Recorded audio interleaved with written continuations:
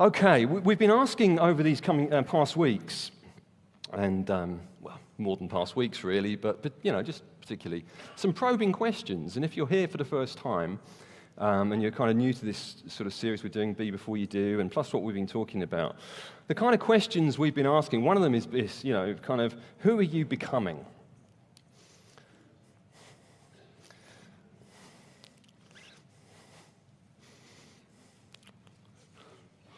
Awkward silence. But seriously, who are you becoming? I am becoming someone.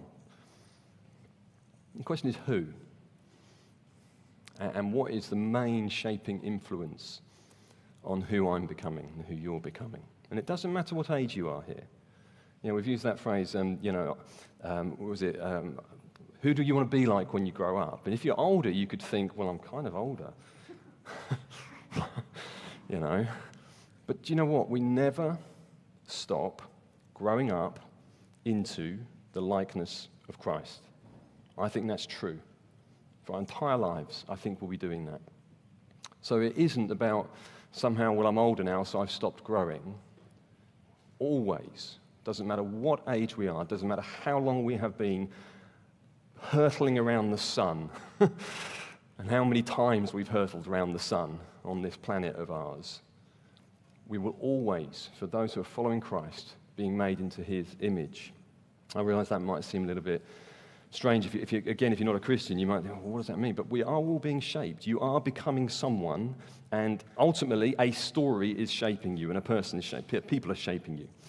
So who am I becoming? Well, it made me think, okay, well, what was I like as a person?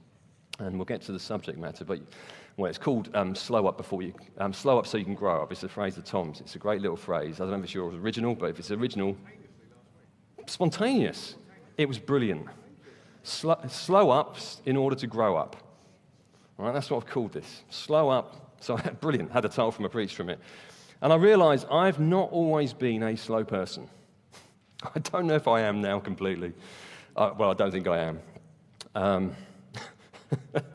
I used to speak very quickly, and no one actually said this to me, but the image of drinking from a fire hose, kind of, in my preaching maybe. So you've put up with me for a long time here, since my 20s, and oh man, hurried, I think you could describe me as, a bit rushed. Anyone nodding away who's known me that long? You can nod. It's all right. It doesn't mean there wasn't good. I'm not saying that. I'm not putting myself down here. I'm just trying to face reality. I like to think I'm a realist, not an optimist, not a pessimist. I've decided to call myself a hopeful realist now. That's what I think I am, a hopeful realist. But I look back and I can see kind of what I was like. And my career, it wasn't a choice, didn't help me, because I sort of fell into being a chef. And anyone else worked in kitchens?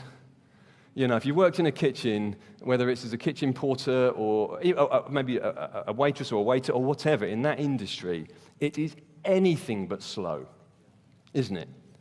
And you can't be like that anyway. It is just full on. And I think actually I quite enjoyed the adrenaline of that, sort of banging out 60 covers on a sort of Saturday night, and you've got tons of stuff kind of going on, and you've got shouting everywhere, and whipping towels on each other, and all sorts of fun things like that. Can't get away with it nowadays. I'm not saying you should get away with that. It's wrong. But the point is, I think it played into my personality, though, and didn't help. And then I became a Christian at 25, and suddenly you've got this thing, the gospel, this is amazing, this Jesus thing, this Bible stuff. And I'm not sure I was wise necessarily, always, with the way I went about, a bit driven. And it's good to be passionate.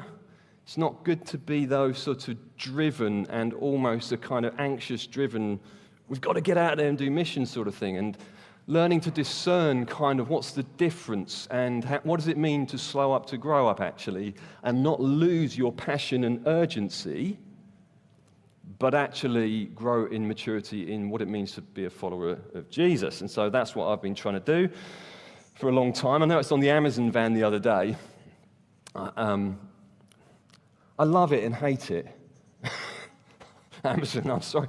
I want to stop using Amazon, sorry. Partly just because of what it is, but then I kind of love it the next day. And on the side of their vans now, have you noticed their new slogan? What was it? Amazon, delivering what you need tomorrow, today. What you need tomorrow. Oh, I need it tomorrow, but I get it today. It plays into this sort of hurried and harried sort of culture that we live in. Look, it's not a blood delivery service. We have to ask ourselves, do I need that thing tomorrow? Yes, it gives me that little dopamine hit when it comes through the door, but actually, do I really need it? And we have to push back against this sort of culture because it is hurried. I think I've put them up there. It means to be hasty. Anyone been hasty this week? Frantic. Abrupt. That's what hurried means. Harried. Have you been a bit rushed this week? Anxious. Annoyed. Are we hurried? Are we harried? And I expect all of us in different ways maybe have expressed some of those traits this week. If you haven't, well done. Genuinely. I would imagine if I asked for hands to go up, mine would absolutely be there. But then you read the fruit of the Spirit in Galatians chapter 5.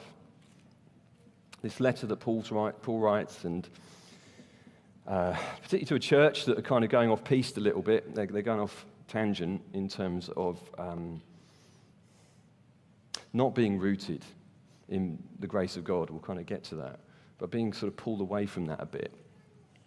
And Paul wants them to understand that there's a fruit that comes when we don't follow Christ his ways, and there's a fruit that comes when we do. And the fruit of the Spirit says here in Galatians 5:22, if you're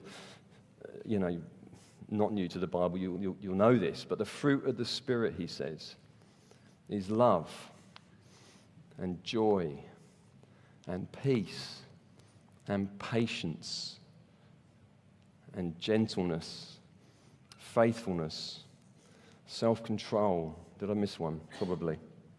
Should be 9 of them. Goodness, kindness. They're the fruit of the Spirit. Kind of a bit different to the harried and hurried, isn't it? So who are we becoming? Well, that fruit represents, I think, what Jesus is like.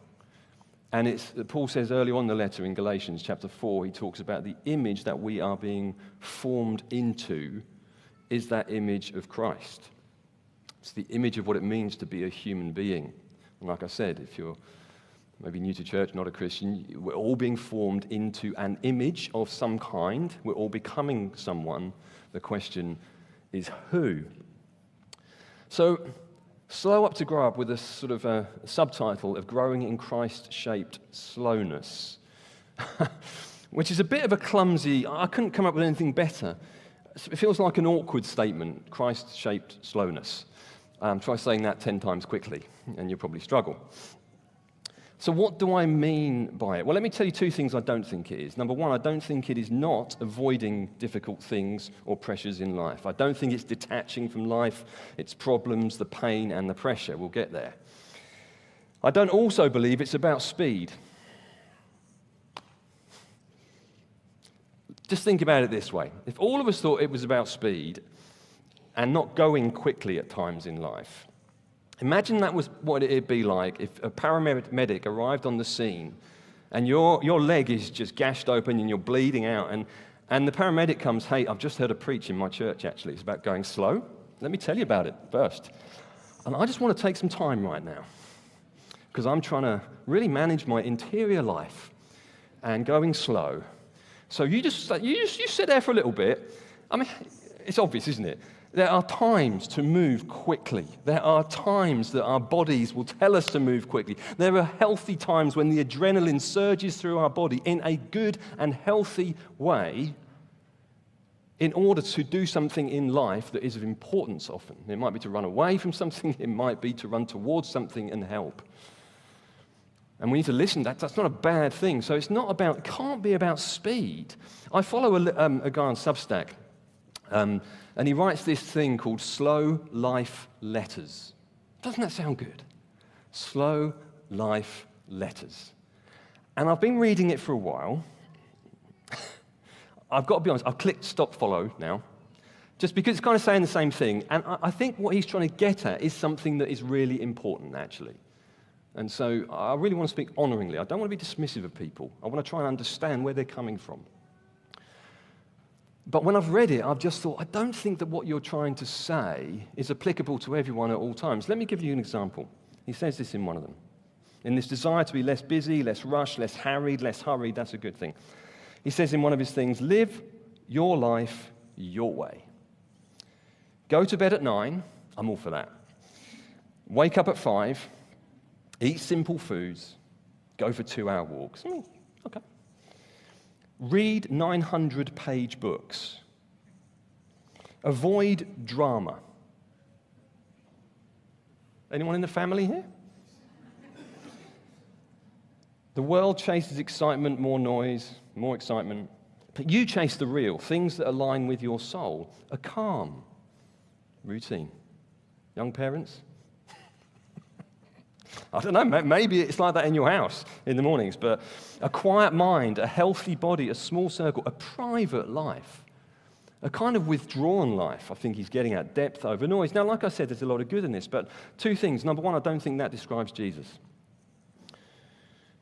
Jesus never read a 900-page book, for a start. I don't think. The scriptures, yes. Avoid drama. No, Jesus didn't avoid drama. There was all sorts of stuff going on around him all the time. A calm routine. It was not calm for Jesus, and many times. And so, a private life, well, yes, he withdrew, but also he was out there in the crowds, and anything but private. And so it cannot mean this sort of detached, avoidant of reality. Now, so when I say that, whatever wisdom, let me just say this, whatever wisdom you hear in life from anywhere, again, if you're a Christian, not a Christian, we draw from wisdom from all over the place. That wisdom has to be applicable, I think, if it is genuine wisdom for all humans at all times, in all places, everywhere, through all seasons of life, through all ages of life. That wisdom should be applicable to all of that. If it's genuine wisdom for living life, if it's a story that really, it can't be just a very personal thing because, hey, I don't have any pressures, I've got no financial worries, I live in a house on a hill with no one around me, and I can just be. Well, that's just me. That's not reflective of either, like I said, a young family with your kids, or I think about my friends in Kenya. And I think about the challenges they're facing. If I said to them, read a 900-page book, here's some wisdom for you. What was the other one it said? Avoid some drama.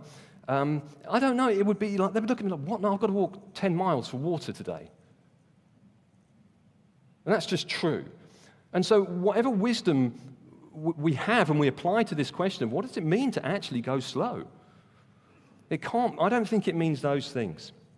So I have tried as succinctly as possible to define what I mean by Christ-shaped slowness. And it should come up on the screen, hopefully. The next slide. There it is. Christ-shaped slowness is the graced ability to be present and patient in the face of pressure, provocation, and pain. That's what I think it is. Now, look, you could expand on that. There's also other ways of thinking about it. But I thought, well, what do I think this actually is? When I look at the Bible, when I look at the Scriptures, it's got to apply to all people everywhere. I've got to be able to say it in this context. And I don't know what you're going through, what you faced. I've got to be able to say that in Kenya with someone who's going through horrific suffering, who's just lost their home and their business. It has to apply. Otherwise, it's just kind of this sort of personal meism of what I think the way life should be lived. And we don't want that. Well, I don't think we want that. And I know when I've been with people like this, I tell the story loads of times about the time with this guy called Gordon MacDonald when he was here in Norwich. And it impacted me so much because of the way he was. The way he was with people, the way he was with me, attentive. I noticed the way that he talked to people. No matter how crowded the room, his attention was on them. I told a story about how when I gave him a lift somewhere, and I had to take Ethan somewhere, who was a young boy at the time. Sorry, Ethan, I didn't ask you to share this one, but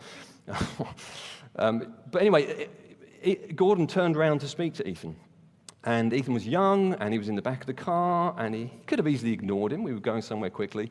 And but I remember Ethan saying, are we going to see, at the end of the day, are we going to see that man again?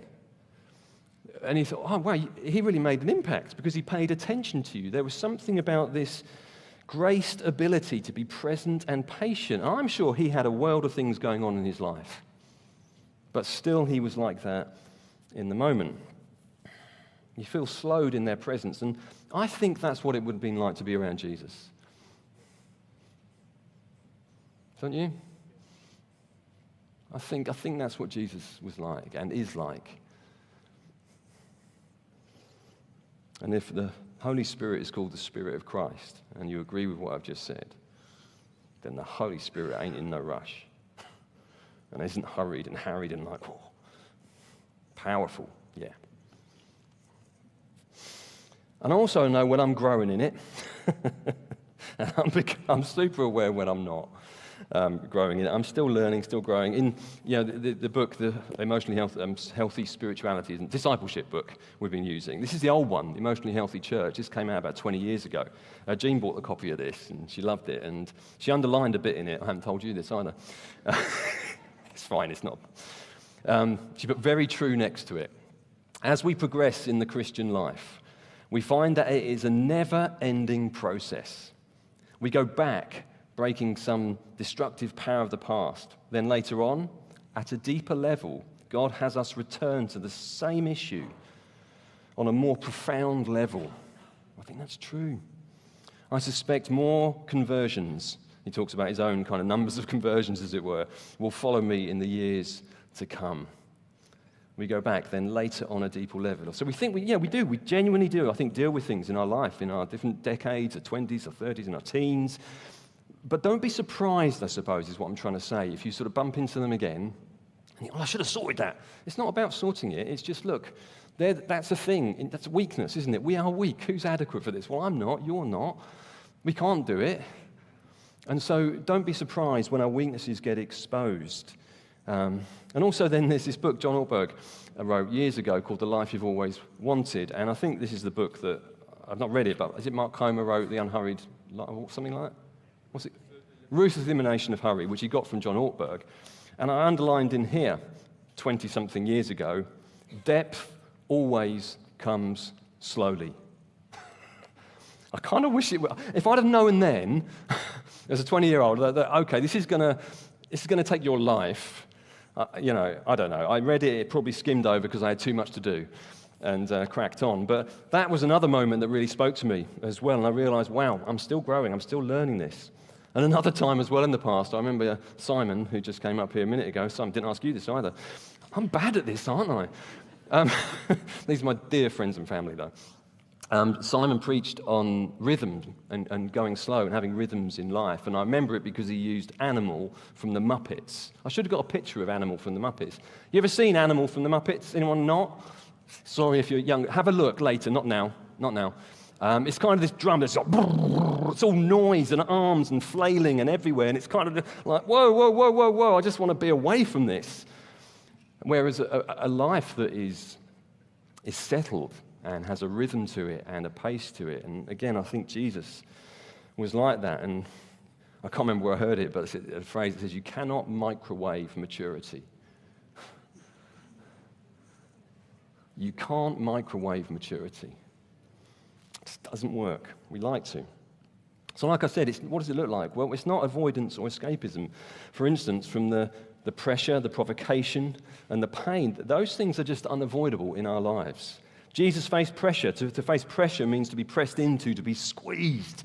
And you may well feel like that right now. The pressures of life kind of squeezing at you. Oh my goodness. Uti and Jewel, maybe for your wedding coming up on Thursday, there's kind of pressures and squeezing in. We all face pressure. And that can be from people. It can be problems we face. It might be in work. It might be in family life. Jesus faced the pressure of temptation in the garden, in the wilderness, where it came in tempted to compromise, tempted to capitulate to the ways of the world. He faced that temptation. Jesus faced the temptation and the pressure of expectation of others. His mum at a wedding, Hey, Jesus, sort the wine out. He's like, well, my time hasn't come yet. I wonder if in that moment Jesus felt a bit of pressure from his mum. He felt the pressure from his brothers as well, family pressure. He just felt it of sort of these brothers saying, hey, Jesus. And they were being a bit, I think, sort of, they didn't really believe who he was, saying he was and the things he was doing maybe. And you're like, hey, go and make yourself public. You can, go at this big festival that was going on. Go make yourself public. And Jesus was like, no, I'm going to resist that pressure. He faced pressure from to be the Messiah in the way that people wanted him to be, this savior, this deliverer, this one who would crush the Romans and free the Israelites. And Jesus resisted that pressure, but he faced it. He knows what it's like. Jesus faced provocation. On the evening before Jesus went to the cross, the disciples, they're all having this argument about who's the greatest. Just imagine it. Put yourself there. Put yourself in Jesus' shoes if you can. It's like, I imagine he was just sitting there, like mouth going, wow. You lot are arguing about who you think the greatest is.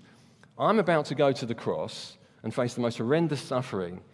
I reckon he was probably provoked a little bit in that moment.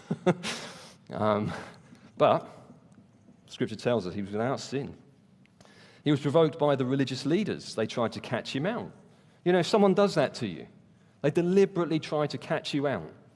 They deliberately maybe do something, maybe in your workplace or something, and someone's just trying to do something that's if they've caricatured you in some way to someone else, and it's kind of come back to you, and you're like, what? We could be provoked in that moment to maybe get our own back, whatever it might be. Jesus was provoked by the Roman soldiers when they mocked him, and they said things like, prophesy. They blindfolded him. Who hit you? Come on, you're meant to be a prophet. Smack him around the face another time. Who hit you? Come on. If that isn't provocation, I don't know what is. What are we like when we're provoked? Do we respond in a Christ-like manner, or do we get provoked and we just react in the moment? All of us, hands up,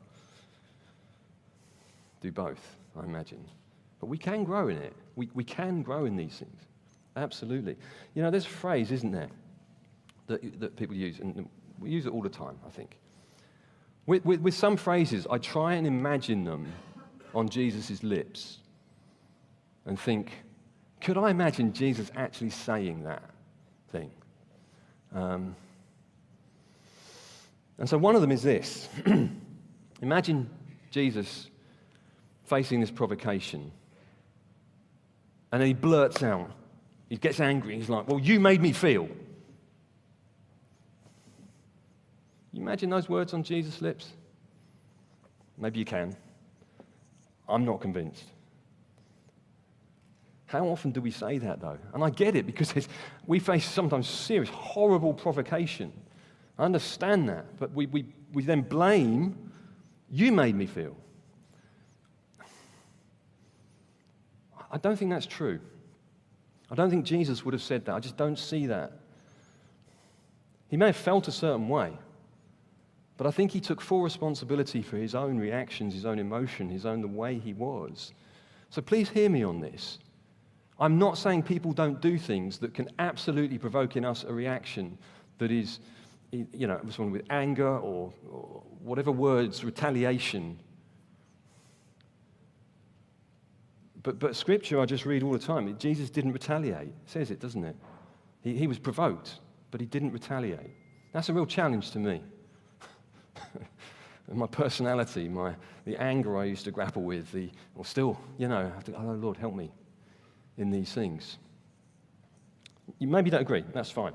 But I think it's worth thinking about, because he was provoked. The question is, how do we react? And Jesus felt pain. We know this, of course. Emotional, psychological, physical pain, the pain of being misunderstood. If you've ever been misunderstood, Jesus knows what it's like. He was misunderstood by his family. They thought he was losing his mind. He was misunderstood by the people around him. He faced the pain of rejection and betrayal in his hometown.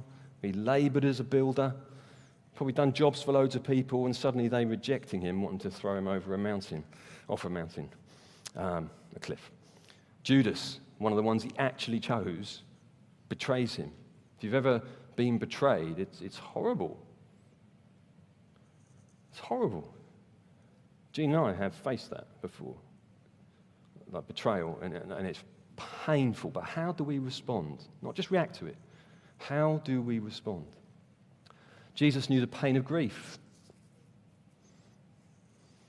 When his cousin, John the Baptist, was brutally killed, Jesus would have grieved. He knows what it's like to grieve. He faced the pain of loneliness on the cross. Why have you forsaken me? He knew what it was to be alone. He knew what it was like to feel to sense the absence of God. Where are you, Lord? You know, and the Psalms use that language, don't they? Like, how long, O Lord? It's okay to pray that way. How long, O Lord? But Jesus knew that loneliness. He knew the pain of violence as well, whether that were in the words that were spoken to him that deeply wound the soul and can leave scars for your entire life, or actually physical violence. You may have experienced that. Jesus knows. And you know, the beautiful thing with Jesus is when he looked at the crowds, he says that they looked like the crowds that are sort of harassed, helpless. You know, it was like they're, I can't think of the actual word it uses there, but that's the kind of image. And it says Jesus had compassion on them, and to draw alongside and to suffer with, to be alongside. And we read what Jesus was like there.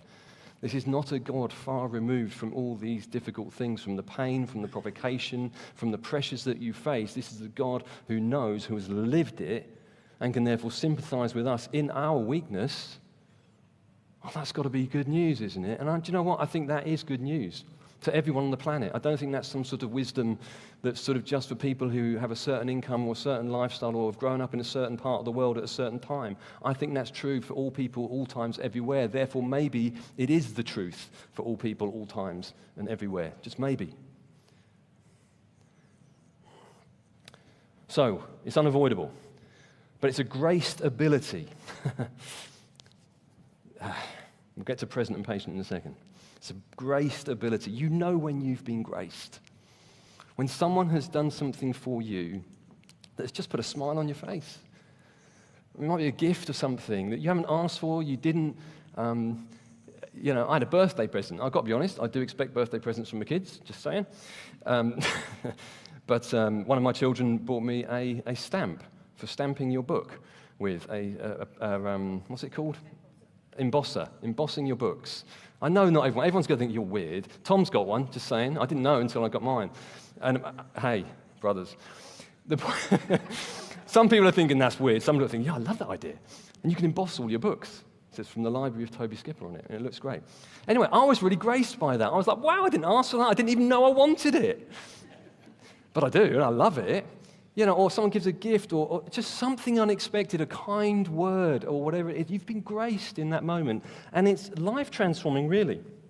And it's the soil, grace is the soil which we grow in. And when we've been ultimately graced by God, and again, this church, the Galatians, where Paul is saying about the fruits of the Spirit and how important they are to grow in these things, he's speaking into people who are going off whack and saying it's sort of Jesus plus. In their case, circumcision.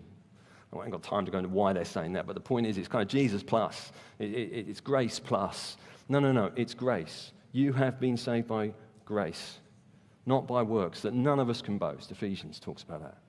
Yeah, so it's grace of God. It's the soil. It's the soil that we grow in personally. It's the soil that churches grow in healthily as well, is when we understand this grace of God in Christ. Peter, this disciple, but you know, before Jesus went to the cross, again, another kind of Peter moment, shoots off his mouth before he thinks, and he says to Jesus, I'll lay down my life for you. and Jesus like, mate, he didn't quite say this, but mate, you got it the wrong way round. You've got the whole thing upside down. Yeah, that might come later, but you've got some lessons to learn, boy, before then, about grace and about humility and about receiving, before being in the grace of God before you end up doing for me. And in fact, it was through failure that Peter was to learn that lesson deeply, that he was loved by Jesus. He was loved by God.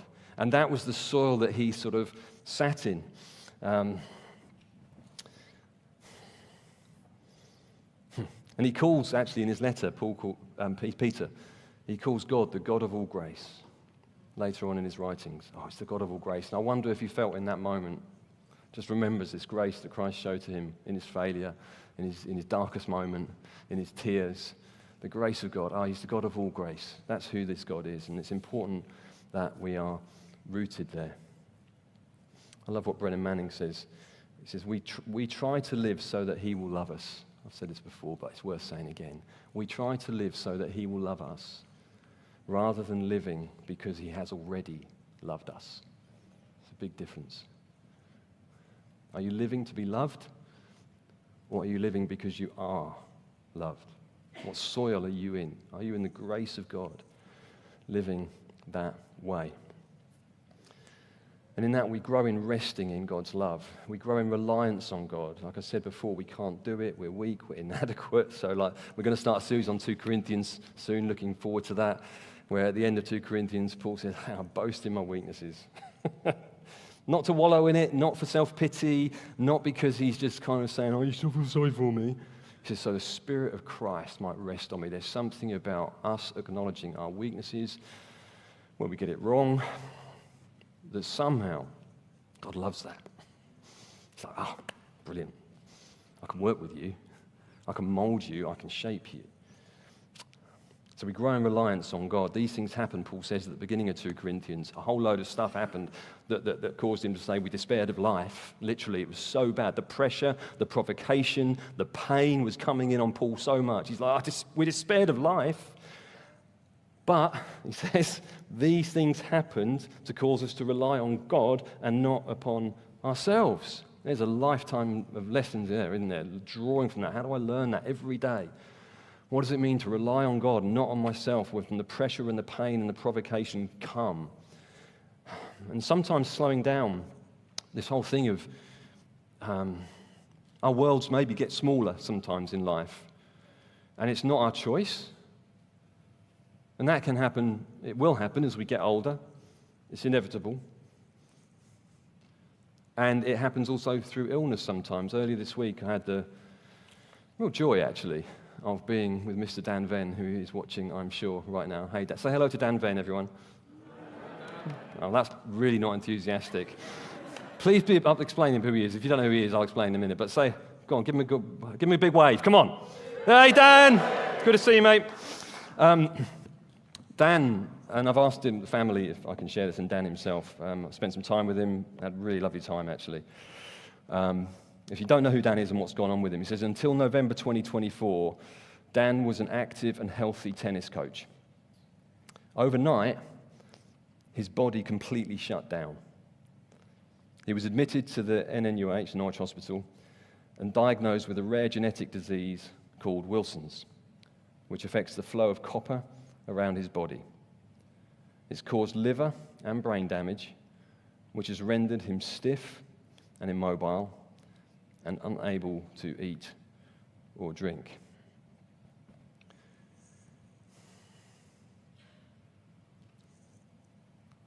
Last week, he sent me a message on Instagram, which I don't use a lot, and I didn't have it on my phone. But I wish I'd seen it, because it was a word that he felt for us here. Thank you for sending it, Dan. And I asked him if I could share it this week from him. I mean, it's great to see Dan sitting up and watching American football and other things. And yeah, it was just great to catch up. But he said this, I'll just read out what he says. Just listen to the words that come out of this. Because Dan is someone who has had forced, if you like, unchoice, not through choice. He says, he quotes a song lyric that's been speaking to him. If more of you means less of me, take everything. It's hard to let go of what life throws at us and build on that rock and cornerstone. But this week, those lyrics have held me strong, as I, in faith, believe for a miracle, which means full surrender of myself, posturing my heart towards him, and letting go of my frustrations, and asking God, who has already won the victory to take everything and be expectant that he will move in my life and those around me. Listen to those words: full surrender, posturing of heart, letting go, asking, prayer, take everything, be expectant. I think Dan is an absolute example of someone who is growing in that Christ-shaped slowness in the face of, man, I just don't know how I would be. Thank you for letting me share, Dan. Appreciate it, mate. And the family as well, really do. It's a great stability. You never stop living by the grace of God in whatever circumstance, no matter the pain, the pressure, or the provocation, and the problems that we might face. It's a great stability, but it's a great stability to be present and patient in those moments. What does slowing up to grow up kind of look like, I suppose? There's a few things here just to sort of land this in, hopefully. One is slow down to pray. We talked about being present with God. Last week, Tom unpacked this whole deal of Mary sitting and listening, being at Jesus' feet. There's that, just slow down to pray. It doesn't have to be for hours at a time, all right? It might be for a few moments, but it is important to slow down to do it. Jim, the guy who was with us from the States a couple of weeks ago, he used a phrase, and it really stuck with me. He said, how you relate is how you relate. Did you pick up on that one? And it made me think, yeah, that's true with people and it's true with God. How I relate with people actually is just, that's probably how I relate to God. And I thought, is there any harriedness and hurriedness in the way that I relate to God? What's that like in my life? And I think sometimes just slowing down to pray is important. I mean, it doesn't necessarily mean slow down our words, but I wonder sometimes if it does. I wonder sometimes just to take your time in reading the phrase of the Lord. You say, I just don't know how to pray. Great. Read the Lord's Prayer. Matthew chapter 6. Have a read of it.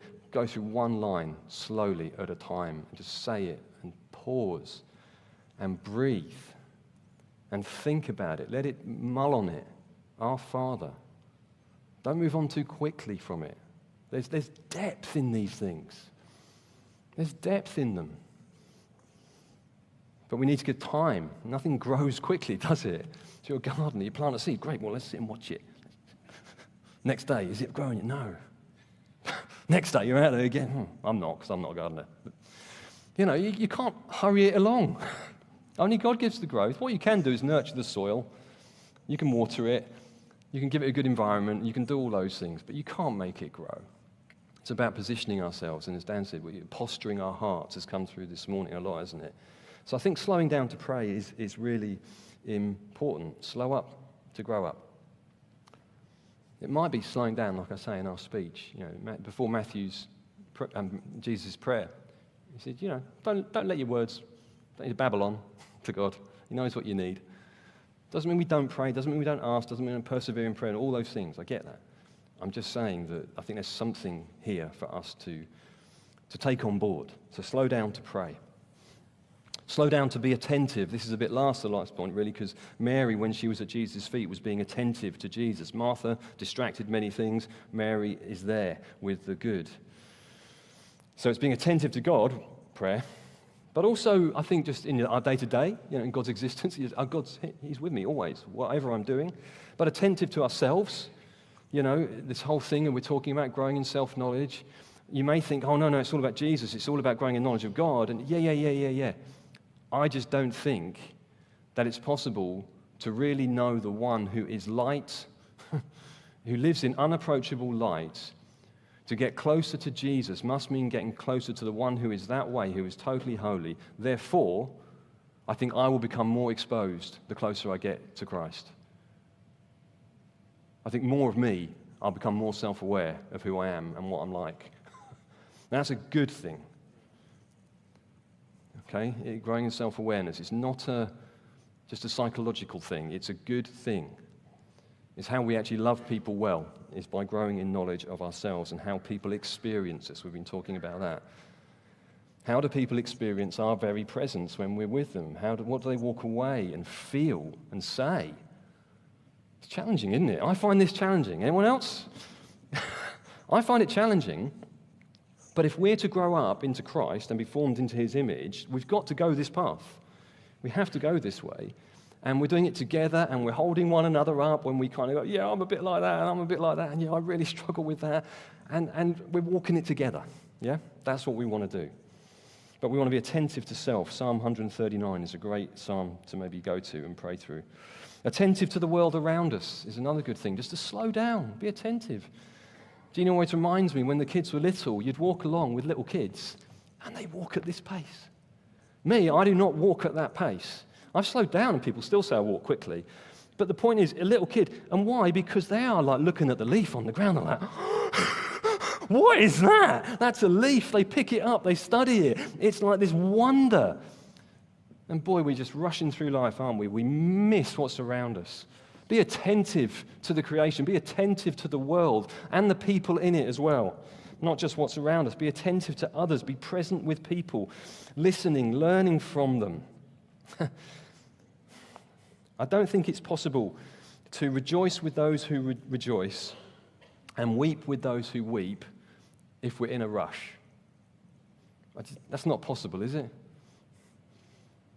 And somehow we've got to push back on this incessant culture of do, now. Everything's got to be oh, goodness me. No wonder we all want to kind of escape on an island somewhere. No wonder when you ask most church leaders, if you could go anywhere in the world, they either say a mountaintop or a desert. It's true though, isn't it? Why? So, well, I'm not saying that as a bad thing. Please hear me. That could sound awful. We love people. But all of us, no matter what our setting is, it is tough sometimes, and we can feel it. And so being attentive to others. You know, Jesus, before, again, his crucifixion, what's he doing? He's having a meal with friends. He's reclining at a table, having a meal. Let's eat slower.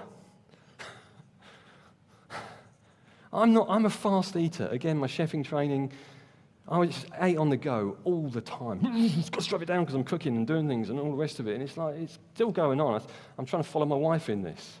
And really, because it's better for you anyway, but equally around a table, going slow. Again, takeaways and this and that. I'm just saying, push back on it a little bit. Young people, you are growing up in this kind of culture. Be aware of it. You guys in Radiate. Yeah, you may not be aware of it. You may not even think about these things, I realise. You may be thinking, I don't know what this Toby's on about. But the point is, there is this culture around you that is pressing you in and shaping you, and to resist it is really important. And that goes the same for phones and social media, and it's just, you get on one bit. I've gone back on Facebook recently, and I go on it for 2 seconds, and I suddenly realise I've spent 3 minutes looking through people's stories, and they're wonderful, but I'm thinking, I didn't need to know all that. And it's not that they're wrong. I'm not saying don't share on there. I'm not saying that. I'm just saying, what's your heart in it? And what you're spending. You've only got one life. We only have a certain amount of time. Nobody has more time than anyone else. And you cannot save time. Well, I've saved time. I'm saving time. I'm storing it up. No, you're not. No one can save time. You can only use time as wisely as possible. That's all you can do, is invest it as wisely as possible. And again, it's important to be switched on with this stuff, to be present with people. And just one final thing to land on. Grow a long nose.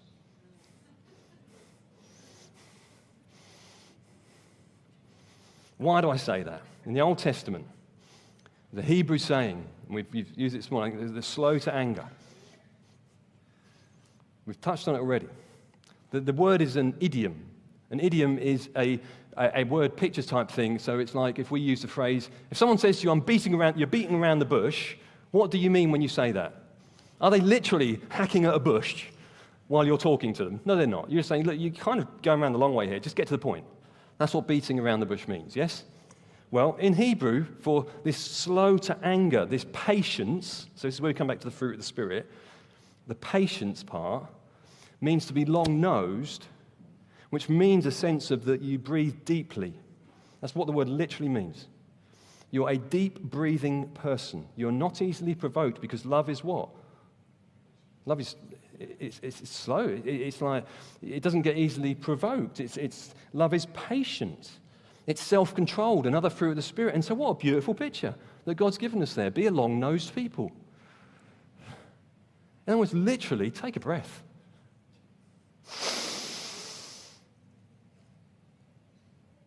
How many of us need to do that more often? It's not some weird,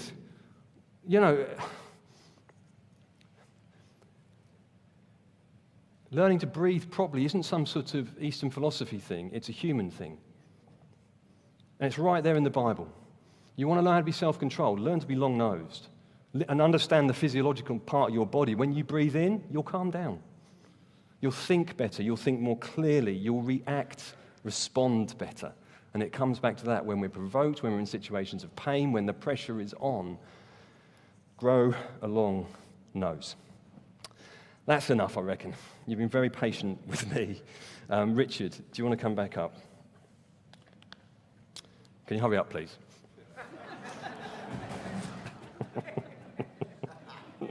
Bum, bum.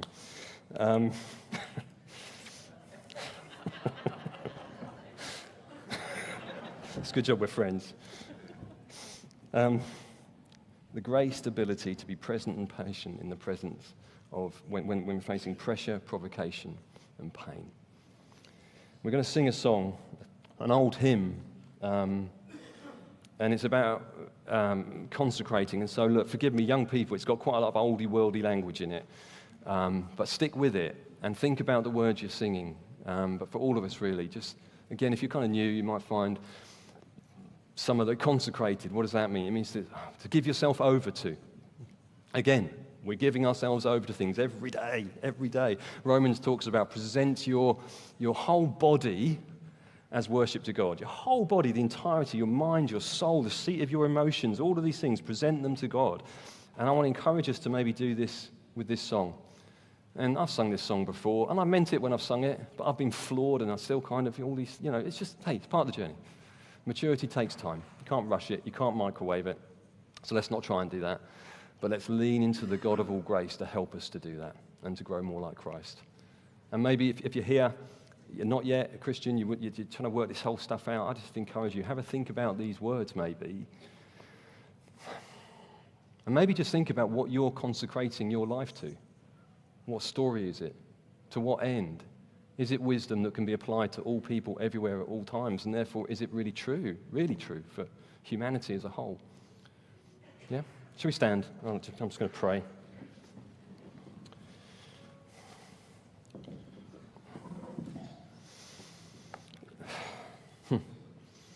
Lord, we all face pressure right now. There's going to be things going on in our lives that are pressing in, that are squeezing us, that we're feeling, that maybe provoke us, different things at work or in home or wherever it might be.